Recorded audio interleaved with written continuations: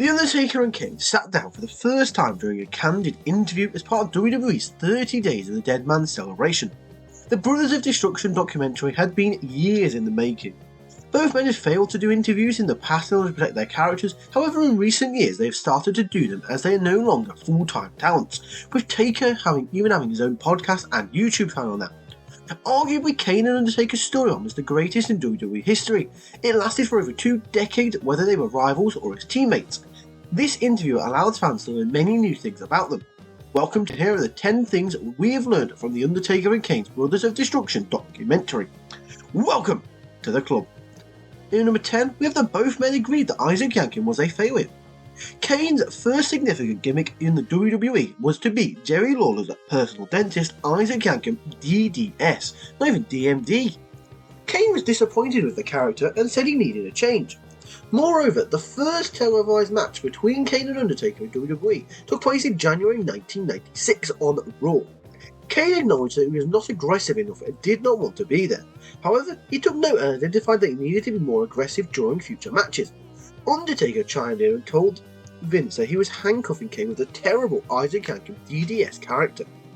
In number 9, we have the fact that their feud was only supposed to last for one match. Kane thought the feud was only going to be for one match. The Big Red Machine also revealed that 1997 was his best year in his career, as he destroyed everyone in his way. Moreover, Kane had so much respect for The Undertaker that he was afraid to slap him in their confrontation on Raw in December 1997. He asked Undertaker for permission, but the dead man got him in the mood for it as he slapped him backstage and got him ready to do the spot. Kane delivered and their feud was well on its way to greatness. In number 8, we have the fact that Kane was really nervous about their WrestleMania 14 clash. WrestleMania 14 saw Undertaker and Kane finally lock horns for the first time. Kane revealed that he was so nervous that Paul Bearer put his hand on his chest and felt that it was racing really fast, and Bearer asked Kane if he was okay. Undertaker returned as the Lord of Darkness with druids and all, and Kane was in awe to be in the ring, experiencing Taker's entrance firsthand. The Phenom said Kane losing would elevate his career, as Kane would become the first man to kick out the Tombstone Piledriver, which he did twice. In number 7, we have the fact that Vince McMahon revealed that Kane would have to figure out the finish if Mick Foley could not return for the main event. At King of the Ring 1998, Undertaker threw Mankind off the Hell in a Cell and chokeslammed him through the ring. Undertaker said it was legitimately really scary when he did it and thought it was going to be catastrophic.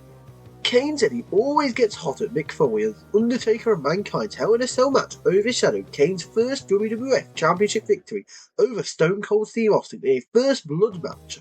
However, it was a huge learning curve for Kane that night, as Vince McMahon revealed that if Foley could not return for his spot during the main event, Kane would have to figure out the finish himself. Thankfully, Foley was able to return, and so did Undertaker, which allowed Kane to not have to stress over that scenario anymore. In number 6, we have the Brothers of Destruction's first appearance. Despite venting his frustration at Mick Foley for stealing the limelight at King of the Ring 1998, Kane conceded that dropping the championship back to Austin on Raw the next night was better. The Big Red Machine added it was a launchpad moment for the business, and it surpassed it being the WWE champion.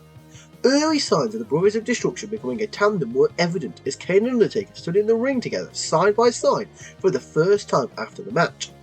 Undertaker said the Brothers of Destruction had to happen as they had a good feud with one another, but it was time for a change. In number 5, we have the American Badass character was Undertaker's favourite incarnation of the Brothers of Destruction. The Brothers of Destruction have gone under many incarnations, including both men as top champions in 2008. However, Undertaker revealed that his favourite version of the Brothers of Destruction was when he was the American Badass and Kane is still his mascot. Undertaker said he needed to change his Lord of Darkness character, and said he may not have survived if he did not change during the Attitude Era. The Dead Man said it was a breath of fresh air, and that it was special for fans to see what he was like away from the ring. In number 4, with the fact that the Dead Man was curious of Kane's unmasking. In 2003, Kane unmasked for the very first time, but not everybody was on board. Undertaker admits that he was curious about Kane's unmasking, but understood why it happened. Kane said the change was required in order to keep the character fresh. The Big Red Machine further explained that he transformed into a psychological monster and said that the scars were mental, made Kane even more maniacal. Nonetheless, they both agreed that when they feuded in 2010, Undertaker said there were so many layers for the two characters. Kane would defeat Undertaker in 3 successive pay-per-view matches in order to retain the World Heavyweight Championship, which was done to elevate Kane once more. Undertaker reveals, in number 3 we have the fact that Undertaker revealed that Roman Reigns should have broken his undefeated streak. In the closing stages of their interview, Kane and Undertaker discussed the Undertaker's unbeaten WrestleMania streak coming to a halt. Like many of the WWE universe, Kane thought that the referee made a huge boo-boo when Brock Lesnar broke the streak at WrestleMania 30 and time momentarily stood still. Furthermore, Kane was so furious with the decision as he thought that the match would restart that he actually walked out of the room. Undertaker added that when he got to the arena that day and was told by Vince McMahon that he was going over.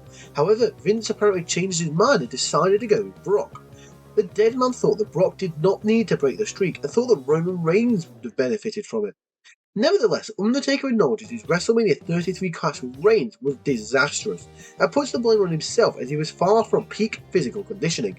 He felt bad for Reigns as he wanted to give Reigns a really good match that he deserved. In number 2, we have the fact that they were disappointed with their match at Crown Jewel against DX. Crown Jewel 2018 was supposed to feature a high-profile match between the Brothers of Destruction and DX. Undertaker said that age should not be a factor as they were 4 talented wrestlers in the ring. Undertaker thought it would be a walk in the park, however it was far from that. Unfortunately, Triple H tore his pec within the first 5 minutes as well. It went from bad to worse as Shawn Michaels accidentally removed Kane's mask, which was the first time that had ever happened to Kane during a match. However, The Undertaker concedes that if their match took place 15 years ago in their prime, it would have been brilliant. And in number 1, we have The Undertaker teasing one more match. Rounding off their interview, Kane and Undertaker were in admiration for each other, and you could see that they clearly have a good lifelong friendship. Kane stated that The Undertaker was instrumental in his career and life outside of the squared circle. The dead man agreed with Kane's statements. As usual, the thoughts of The Undertaker participating in another match is always a topic of discussion. The Phenom left fans hopeful with another match as he said to Kane, "Who's to say it's over?" That may be music to many fans' ears. However, some remember Crown Jewel 2018, so maybe not. And there you have it, there's our list. So, what is the most fascinating thing that we learned about the Brothers of Destruction? Let us know in the comment section down below. If you've enjoyed this video, be sure to give it a thumbs up and click the subscribe button if you are new around here. That's all for now, so I'd like to thank you for watching and we'll see you later. Welcome to the club.